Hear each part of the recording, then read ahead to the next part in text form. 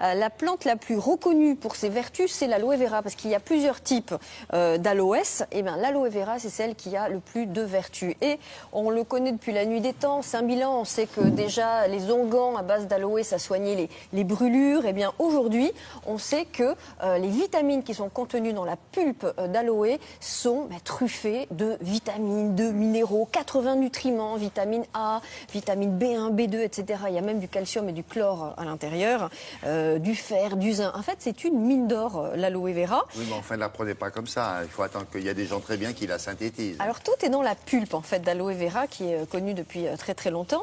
Et on s'est rendu compte aujourd'hui que cette pulpe d'aloe permet de stimuler, en fait, nos défenses immunitaires et de lutter contre les micro-organismes qui nous dérangent au niveau intestinal. Et bien justement, ce n'est plus du tout pour la peau.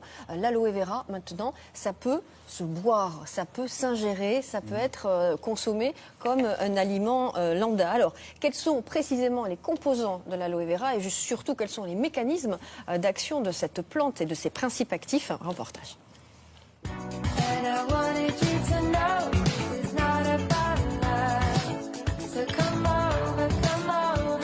L'aloe vera, c'est une plante médicinale. Médicinale, cela signifie que la plante a des propriétés bénéfiques pour notre organisme et ces propriétés sont avérées. C'est une plante grasse, arbustive, dont on va utiliser les feuilles qui sont charnues pour la fabrication des produits cosmétiques et des boissons nutritionnelles à base d'aloès.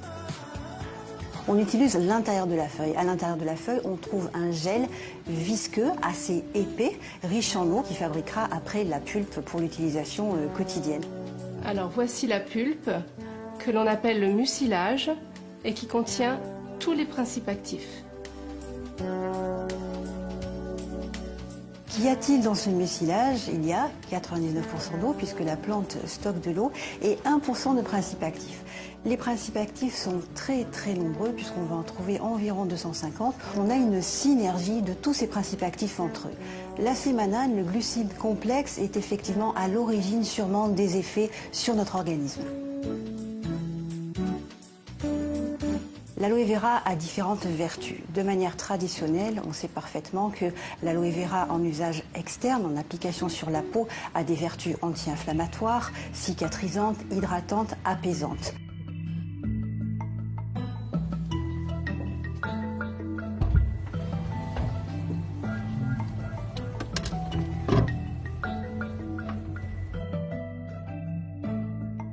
En usage interne, nous avons certains résultats d'études cliniques qui sont intéressants et qui nous montrent par exemple que le syndrome du côlon irritable peut être apaisé par la prise quotidienne d'aloe vera.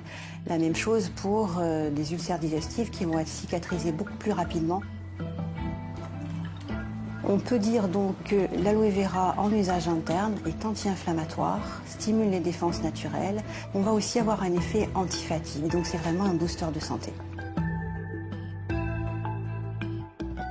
L'aloe vera, en complément alimentaire buvable, reste un complément alimentaire. Ce n'est pas un médicament. Donc effectivement, on y restera dans le conseil quotidien avec apport de bien-être.